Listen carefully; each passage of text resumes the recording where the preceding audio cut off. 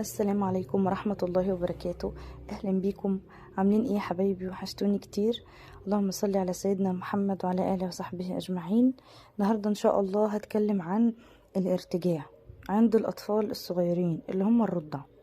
الارتجاع ده يا جماعة يعني معناه ان محتويات المعدة او الاكل اللي في بطن الرضيع بيرجع تاني من المعدة لفوق عند المريء. طيب ايه اللي بيخليه الموضوع ده يحصل؟ اول حاجة اصلا يعني ايه اصلا مريء؟ المريء ده هو العضلة، انبوبة كده عضلية بتصل بين الفم والمعدة. يعني انبوبة كده ربنا سبحانه وتعالى خلقها بتوصل من المعدة للبق هنا كده. الطفل الرضيع بتكون الحتة دي او الانبوب العضلي ده مش مكتمل او لسه مش بيتحكم في الاحتفاظ بالاكل في المعدة. فالطفل لما بينام كده زي ما انتوا شايفين بوجي كده اهو، بصوا مستوي كده.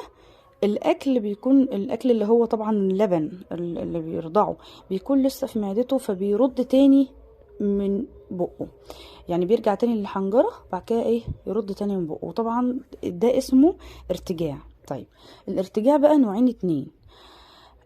في نوع اسمه ارتجاع طبيعي عادي جدا بيجي لكل الرضع، اللي هو بيبقى من عمر يوم لحد 6 شهور او بيختفي مع ادخال الاكل الصلب، او عند عمر سنة بعد ما الطفل بيبدأ ياكل ويتحرك وكده الارتجاع ده بيقف.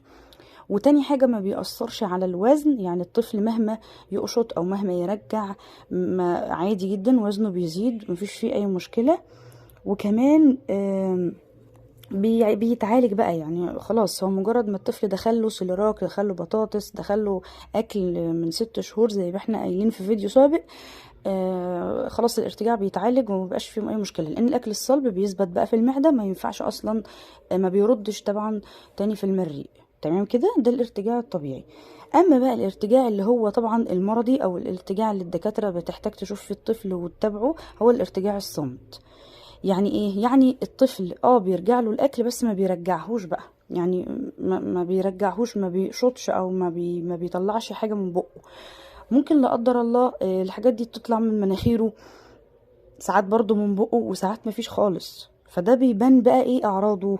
اول حاجه تلاقي الطفل بيعيط بطريقه رخمه كده، شبه يعني كانه بينبح كده، نباح كده، عياط كده، في عياط بكحه فيها نباح، اللي هو مش قادر كده. تمام، دي اول حاجه. تاني حاجه وزنه ما بيزيدش نهائي، بيرضع بصعوبة، كل شوية يمسك صدر الأم ويسيبه تاني ويقعد يعيط، يمسك صدر الأم ويسيبه تاني ويقعد يعيط. بيبقى دايما تاني ظهره، يعني تقوس الظهر أثناء الرضاعة، اللي هو ايه، دايما عايز يعني يقفل على معدته كده. تمام. ودايما بقى بيعيط، يعني طول الوقت يعيط، وتقعدي تديله بقى في ادويه للمغص وانتي مفكره انه عنده مغص، ولكن ما عندوش مغص، وده اصلا ارتجاع. مين بقى اللي يقول ده؟ طبعا لا انا ولا انتي ولا صاحبتك ولا اي حد ولا اي حد اللي يقول او يشخص الارتجاع اذا كان طبيعي او لا، الدكتور الأطفال.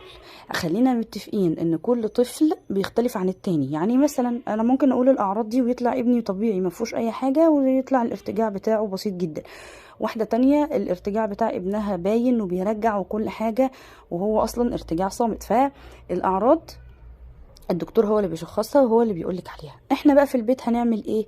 انا هقولك هتعملي ايه يا ست البنات. اول حاجة، ممنوع نوم الطفل كده من عمر يوم ل6 شهور او سنة، ممنوع كده. يعني شوفي الاستقامة دي غلط جدا، بصي نايم كده غلط، ولسه راضع غلط تماما، او واكل حتى طبعا غلط. ايه بقى الحل يا ست البنات؟ المخدة بتاعت الرضاعة، عفوا مخدة النوم، معلش، دي المخدة بتاعة الأطفال. أولا دي بصوا صغنونة أهي، بصوا، وكلها طرية وما فيهاش أي مشكلة، عشان برضو تقول الأمهات اللي بتقولي عشان دماغه ما تكعبرش ومش عارف ايه. يا حبيبة قلبي، دي مخدة اهي مخصصة أصلا للأطفال أهو. حتى بصوا معمولة مطرح الارتجاع بتاع أولادي، ومع إنها اتغسلت بس طبعا اللبن بيبقع في معظم الحاجة اهو. بصوا ما فيهاش اي مشكله. دي بقى نستخدمها ازاي؟ وفي منها اشكال كتير مريحه على فكره.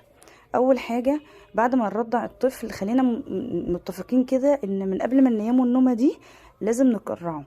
يعني ماشي. اللي هو بقى ايه، انا بحطه كده على ايدي، وانا مش عارفه اعمل طبعا الحركه عشان بصور بدراعي، ولكن بنحطه على كتافنا، وبتفضلي، انا هنعتبر بقى ان انا حطاه يعني على كتفي، نطبطب هنا كده كده بحنية لحد ما تسمعي الصوت بتاع التكريعة بتاعة الطفل. تمام، اتكرع كده وتأكدنا ان كله تمام، ونام وزي الفل. نقوم بقى ايه، حاطين المخدة ونقوم منيمين الطفل بزاوية 45 درجة اهي. بصوا الصدر بالمعدة بالحنجرة مرفوعين لفوق اهو، شايفين ازاي اهو، تمام كده اهو. طيب انا بقى اقعد اقلب البيبي بقى عشان رقبته من هنا متطلعش مقوصه، او مثلا تبلبز او مش عارف ايه، عادي يا ست البنات قلبيه اهو، نايم على جنبه اهو اهو اهو. زهقنا من الحركه دي اهو، نقلب اهو اهو.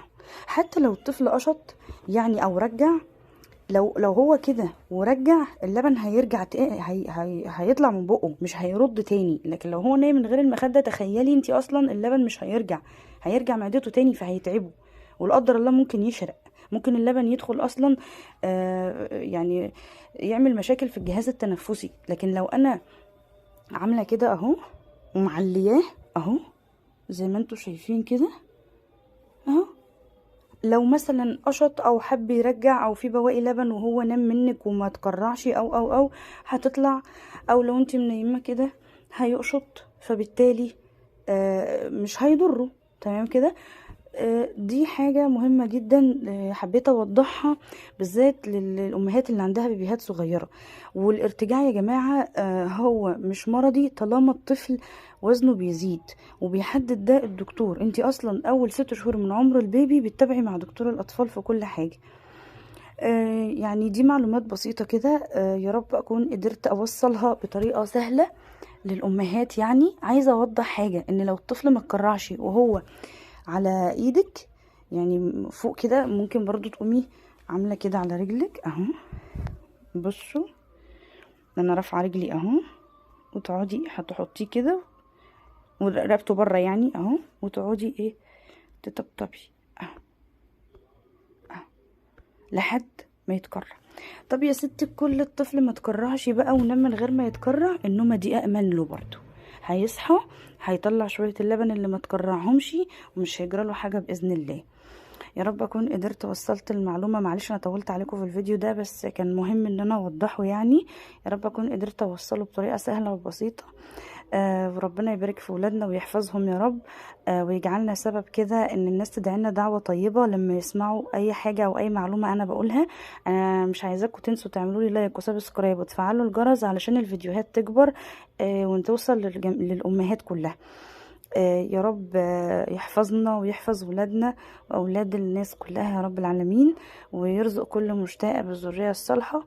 دمتم سالمين وبألف خير يا حبايبي، والسلام عليكم ورحمة الله وبركاته.